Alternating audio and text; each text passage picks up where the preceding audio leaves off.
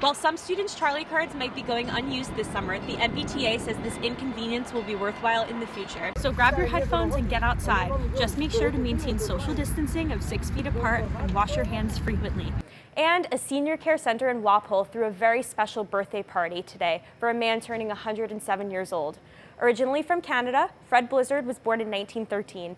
He says the best thing he ever did was marry his wife, Margaret. Together they have 3 daughters, 2 grandchildren, and 3 great-grandchildren.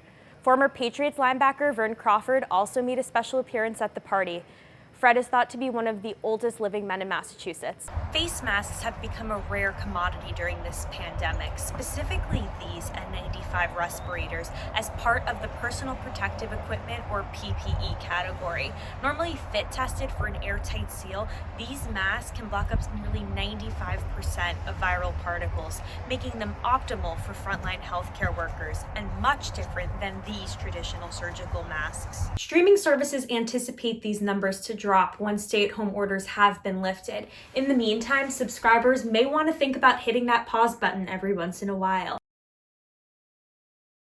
I think that will be inconvenient, especially for people with disabilities or who rely on the MBTA to get to where they need to go because they don't have the physical ability to get there. However, I live farther out on the B line, and so it will be nice for it to be a bit faster. For 3 weekends in June, the B branch of the Green Line won't be running from Babcock Street to Boston College. According to Transportation Secretary and CEO Stephanie Pollock, quote, MBTA customers deserve better service faster, but the T can't deliver on modernization without disruption, including weekday station shutdowns.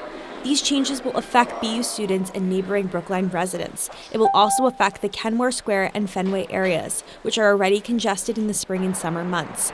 Additional buses will run to help Boston commuters get around. I don't think of the BU bus as an alternative to the T. It's convenient when it's there, but otherwise I would say I know they closed down the D branch a couple of times this semester so far, and they lowered the price of blue bikes, so I think that's a great alternative instead of the bus maybe. As the coronavirus and its effects empty out cities across the country, many Americans are turning to the outdoors as an outlet during this time of social distancing. It's super important to me to get some fresh air these days. I've been rotating running outside and yoga every day to try to change it up.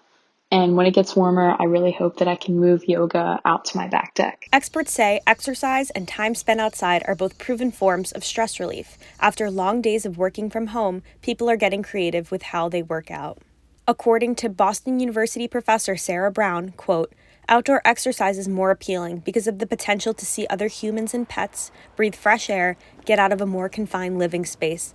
In the absence of exercise equipment, pacing in a small apartment can get dull. Walking your dog, biking, and practicing meditation outdoors are other ways to stay healthy while distancing from others. According to Brown, quote, exercise recommendations vary based on a person's current level of fitness. Untrained individuals should start with something enjoyable and short and gradually build up. It's as easy as scroll and click.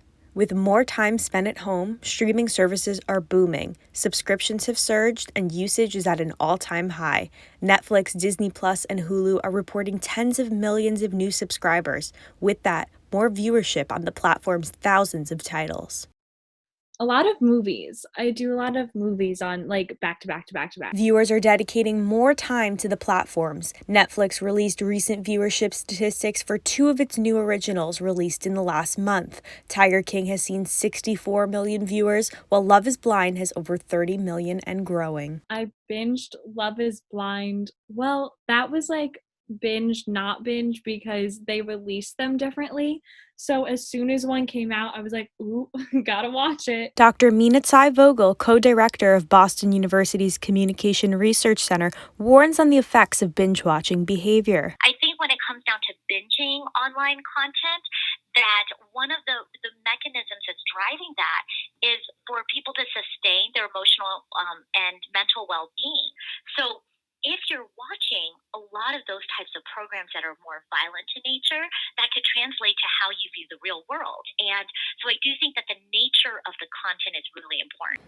The final stretch of the red carpet rolled out ahead on Oscar Sunday's Hollywood's Big Night, just 3 days away. And as the big day approaches, turns out a lot of people have questions about the show. Google releasing its most searched Oscar trends of 2020. Topping the list, who's hosting the 2020 Oscars, followed by who has won the most Oscars. Has anyone called Oscar won an Oscar? And when are the Oscars? Of course, the Oscars are this Sunday, February 9th at 8 p.m.